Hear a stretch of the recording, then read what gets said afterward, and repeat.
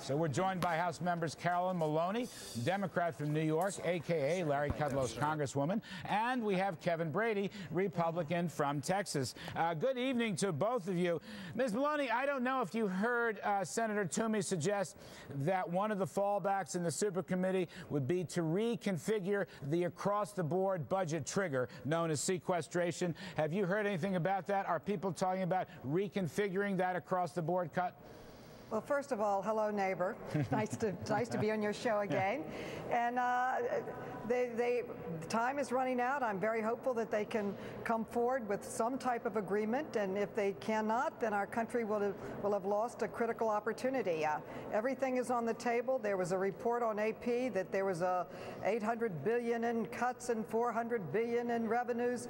The structure of the committee is that they are not publicly talking. So it's difficult to know exactly what's happening in the back room, but I support a balanced approach that includes not only revenues, but cuts in expenditures and investment in job growth. Kevin Brady, would the House Republicans vote in favor of a large tax hike in this deal? No, absolutely not. Absolutely not at all. In fact, our thought is, look, the problem with the Democrats' plan, if there is one, is that they want to go big on tax increases, and they're not willing to really reform Social Security, Medicare, Medicaid. We think that's a sustainable issue. That's the balance we ought to seek in this agreement. That's what the market's looking for. I think that's what consumers are looking for. So I really, again, I'm sort of on the outside watching this happen. It seemed to me that the Republicans on the super committee basically called the Democrats bluff and said, okay, if you're serious about entitlement reform, we're serious about sitting down with you. And I don't think they've got a good response. Ms. Maloney, that's an interesting point. Most of this discussion has been on revenues. I don't just mean ours on the show tonight, but I mean the whole discussion down in Washington, D.C. What happened to across-the-board entitlement reform? That was originally part of Simpson-Bowles. There's a whole bunch of senators and congresspeople on both sides of the aisle that want $4 trillion, including entitlements. What happened to the entitlement piece? Well, everything is on the table, and Democrats are looking at entitlement reform. But one thing they will not look at is privatizing Social Security, privatizing Medicare, or a voucher program. But there are other adjustments that could be made, and everything is on the table.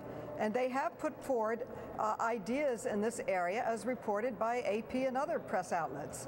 Kevin Brady, I can't help myself on this because I know you're one of the backers of the balanced budget amendment. I know it's coming to a vote, I think, tomorrow, if that's correct. Yes, sir. How can you seriously talk about a balanced budget amendment when we can't even get through this deficit super committee? We can't even get over $1 trillion over 10 years.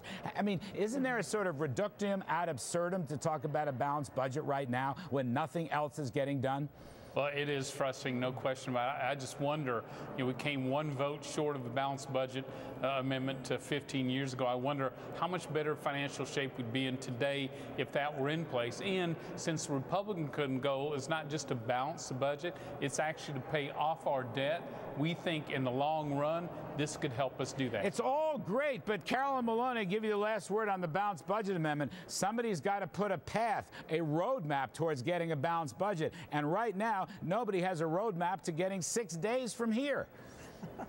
Well, President Obama put forward a roadmap, a $3 trillion reduction that included both revenues and cuts, and a balanced approach that included job growth.